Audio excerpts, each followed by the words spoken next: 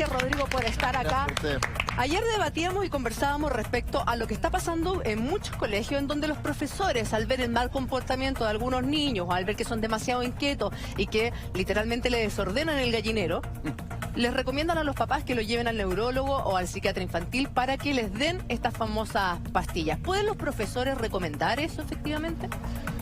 A ver, lo primero que yo quisiera contarles es que este es un tema que no solo atañe a los colegios, ¿ya?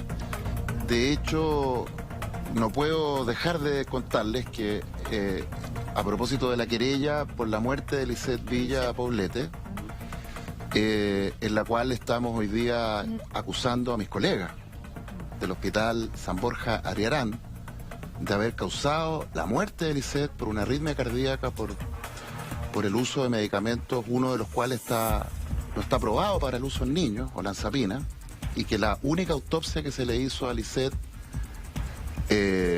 señaló categóricamente que habían signos de miocarditis, infiltración grasa del ventrículo derecho, niveles elevados de un marcador de daño miocárdico, troponina.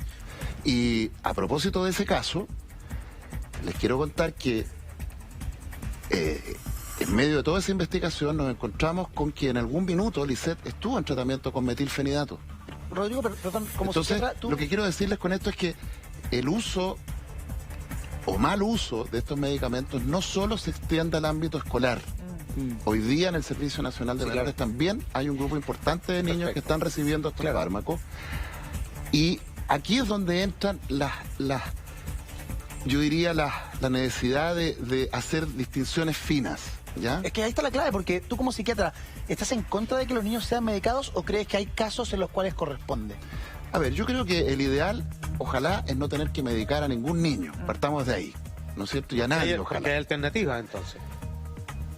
Primero, porque hay alternativas. Segundo, porque los medicamentos tienen riesgos. Afortunadamente, el metilfenidato es un medicamento de bajo riesgo, por lo menos de muerte. ¿Qué tipo de riesgo puede traerle un niño, por ejemplo, que toma este tipo de remedios? Bueno, a propósito de la muerte de Lisette, que muere por haber estado expuesta a un medicamento que está archidemostrado que aumenta el riesgo de arritmia cardíaca, el metilfenidato, que es el fármaco que se usa habitualmente en estos casos, por ahí mencionaron atomoxetina, que es otro, ninguno de estos medicamentos se asocia a riesgo de muerte de ningún tipo y se estudió extensamente el riesgo de eventos cardíacos, eso está descartado. Pero Rodri, si tienen problemas, por ejemplo, estomacales, lo veíamos en el testimonio de una mamá que su hijo toma estas pastillas de lunes a viernes y que el niño, porque la madre quiso exponer su testimonio para darlo a conocer, dice, me duele la guatita, no quiero tomarme el medicamento. O por tener anfetamina les quitas la hepatitis. Claro. Bueno, el riesgo, yo diría, mayor que tiene este fármaco es que en algunos niños puede provocar inestabilidad emocional. Ah, súper grave. Es grave. Bueno, es serio y por eso es que hay que ser lo más riguroso posible en la prescripción. Ahora, yo en eso yo quiero decir que todos los psiquiatras, y yo me incluyo ahí, y neurólogos ni hablar, yo creo que todos hemos pecado en algún momento de nuestro desarrollo profesional de haber sobreusado estos fármacos. Yo me eduqué como psiquiatra infanto-juvenil en el Hospital Calvo Maquena, donde recetábamos estos medicamentos a pasto, ¿ya? Mira. Y los recetábamos a pasto porque efectivamente hay un grupo de niños en los cuales estos medicamentos son muy eficaces y muy útiles. El problema es cuando uno empieza a mirar a esos niños más a largo plazo, los empieza a seguir. En el seguimiento. En el seguimiento, se empieza a dar cuenta que un porcentaje significativo de esos niños, yo diría que por lo menos el 60, 70%, alto porcentaje. A mediano y largo plazo, este efecto terapéutico positivo o se pierde, ¿Ya? o empiezan a aparecer problemas de conducta, agresividad, O sea, no es tan inestabilidad bueno emocional. finalmente. Rodrigo, tenemos... Entonces, o sea, es bueno en un 30% de niños. Súper poco. Claro. O sea, no es tanto. Pero, Rodri, o sea, mira. no es tan poco. Diestre.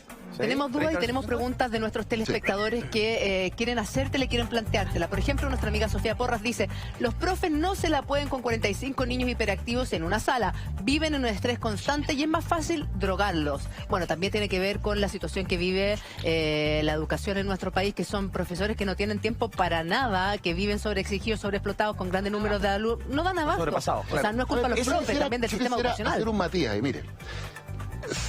A ver, yo creo que lo primero que hay que entender es que el número, el porcentaje de niños que generan disrupción. Porque una cosa es que un niño vaya al colegio y se aburra, encuentre fome, no tenga motivación, tenga otras motivaciones. Yo me imagino que probablemente aquí varios de nosotros, por temperamento, éramos de los que o nos aburríamos en el colegio, o éramos más rápidos, de repente terminábamos las cosas antes, o teníamos otros intereses. Por algo hay un grupo importante de personas que se dedican, que están siempre buscando nuevas motivaciones, etcétera. El punto es que esos niños no generan, no por ser así, por ese temperamento, se transforman en un problema. El punto es que los niños, no es que estén enfermos. Los niños que se transforman en problemas, que son irrespetuosos, agresivos, que no solo se aburren, sino que además le hacen la vida imposible al profesor. O desordenan el gallinero. ¿Qué porcentaje es aproximadamente? Eso depende mucho del estrato socioeconómico. Ah, mira. ¿Por qué razón? Porque para producir ese fenotipo, decimos los psiquiatras, o sea, esa mezcla de genética y ambiente que produce un niño particularmente disruptivo, agresivo, desatado, que no logra manejar su emotividad. Bueno, el caso de Lisette.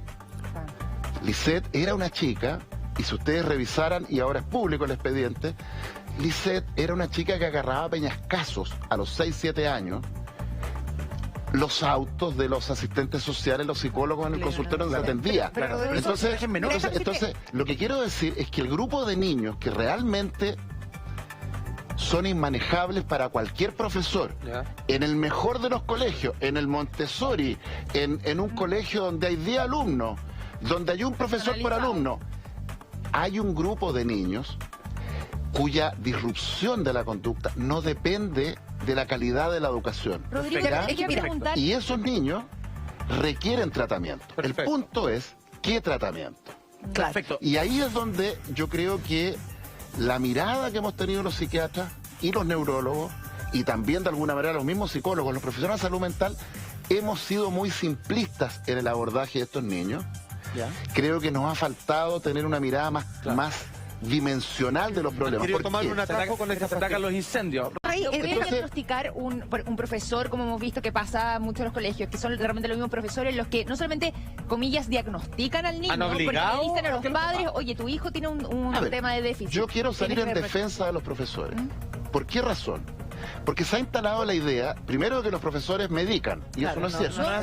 Pero hacen la recomendación a los papás. Pero quiero aclarar, o sea, los profesores no medican, ¿ya? No pueden recetar ni nada parecido, ni menos decirle al papá, vaya y lleve a un especialista que le dé tal fármaco. Porque finalmente son los profesores los que levantan las alertas para que los padres lleven a los niños.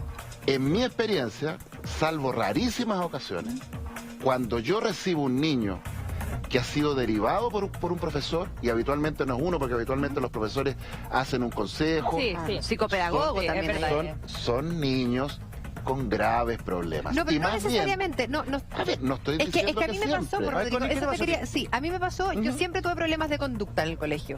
De conducta, responsabilidad, era muy conversadora, pero no era una persona conflictiva, porque tú dices como, claro, bueno, hay eso depende de donde se mire. No, porque hay relativo. Habría que hablar con tu profesor. Ya, sí, para mis profesores, o sea, objetivamente era una niña desordenada, pero no lo polaricemos a un caso extremo, por ejemplo, que tú contabas el caso de Lisette, que tiraba peñasco. Cualquier niño que se porta relativamente mal en un curso que desordena, que a la profesora lamentablemente nunca le gusta tener este tipo de alumnos. ¿Qué pasó?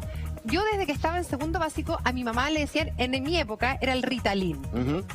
ahora en el fondo han cambiado de nombre, pero esta niñita necesita tomar Ritalin porque me costaba concentrarme, porque me paraba cuando quería, porque conversaba.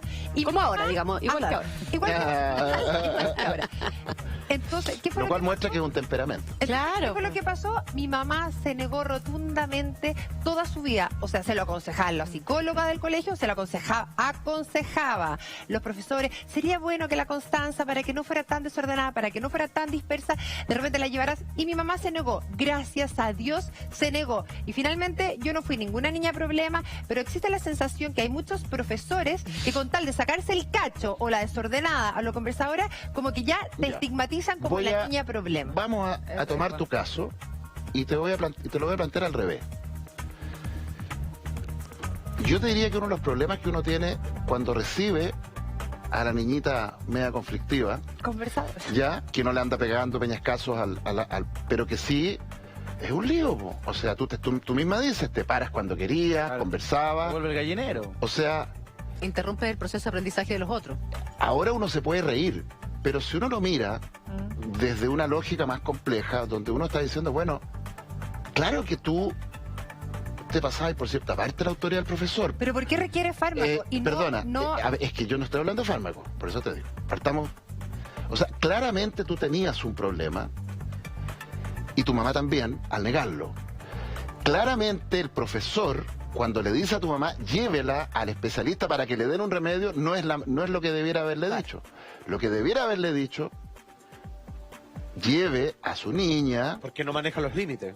exacto, Claro. para que la vea un especialista en salud mental, puede ser un psicólogo, un médico de familia en los consultorios que se dedican a salud mental, para que mire qué está pasando. Y a lo mejor en tu caso, lo que necesitabas era que un profesional le dijera a tu mamá, usted tiene que enseñarle a su hija que más allá de su temperamento, que tiene muchas cosas buenas, porque las personas, por supuesto, Está a tiempo, Rodri. Connie. o sea, las Estás a personas con tiempo. este temperamento Claro. son más creativas, Claro. tienen una serie de habilidades sociales, Claro. en fin, y por algo estás en la televisión. ¿te Es fijas? verdad. Entonces, Rodri. lo que trato de decirte es que ese temperamento que tiene aspectos muy positivos necesita ser Ser educado. encauzado.